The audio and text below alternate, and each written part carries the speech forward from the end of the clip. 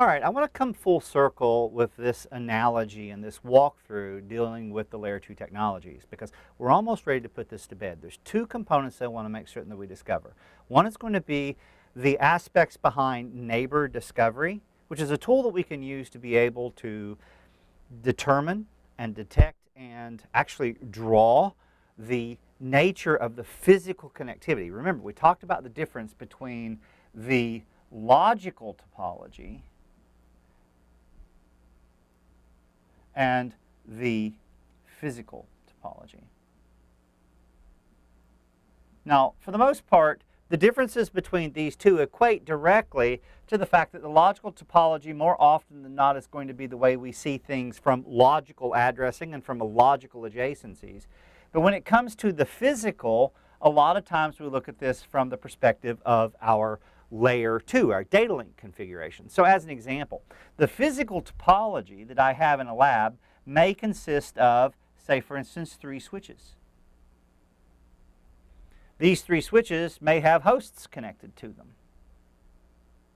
Now we already know, let's just say this is SW1, SW2, and SW3. We already know that for this to operate, we've learned a lot of technology that governs the behavior. So as an example, we know that this interface right here is going to be a trunk for the most part. We know that these interfaces are going to be access level interfaces. So here, here, and here. And we also know that if we're going to assign IP addresses like 10.1.100.1 and 10.1.100.2 and 10.1.100.3, we know that these devices are all in the same network, and we know that they can communicate with one another. But this is the physical topology. From the perspective of these devices looking at everything, remember these bridges are transparent. So from the perspective of Layer 3 infrastructure, basically these devices think that they're all connected to one logical segment. However, there may be multiple switches in the infrastructure that is providing all of this interconnectivity.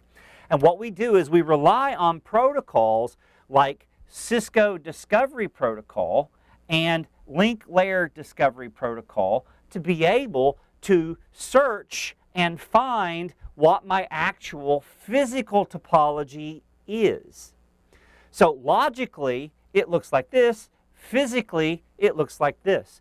We execute this via show commands. So you'll execute show CDP neighbors, and that's going to give you a listing of the devices that you're actually connected to. This gives us a very useful tool to be able to discover what the physical topology of a given site is in actuality. Now, the key benefit here is for me as a consultant, this is a very, very powerful tool because a lot of organizations fail to maintain their documentation and they do not keep up with their network drawings. And I run into this even today in data center. And if you take a look at Cisco Discovery Protocol, the Cisco, the C in CDP should lead you to understand quite easily that it is a proprietary solution. The industry standards body created their own solution called Link Layer Discovery Protocol, which is supported on Nexus devices. So on the switches that we're describing, LLDP is supported. Just understand it is a conditional service that must be turned on. So it's a conditional feature. So in order to enable it, you have to type feature LLDP. And it's supported in the Nexus because we find ourselves in the deployment of data center needing to be able to have backwards compatibility or cross compatibility with other vendors' equipment. So unless you're lucky enough to work in a pure homogeneous Cisco environment, you can't rely on CDP to do everything. And when you study ACI, you're going to learn that some of the older versions of configurations are going to have problems if you don't turn on LLDP, or problems if you do turn on CDP in some of the older generation devices.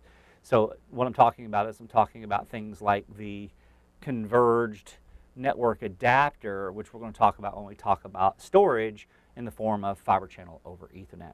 But I wanted to make certain that we cover this, and obviously we're going to look at this in a demonstration.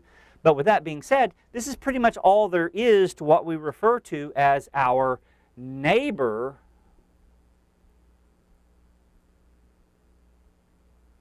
discovery protocols. There's only two, CDP and LLDP.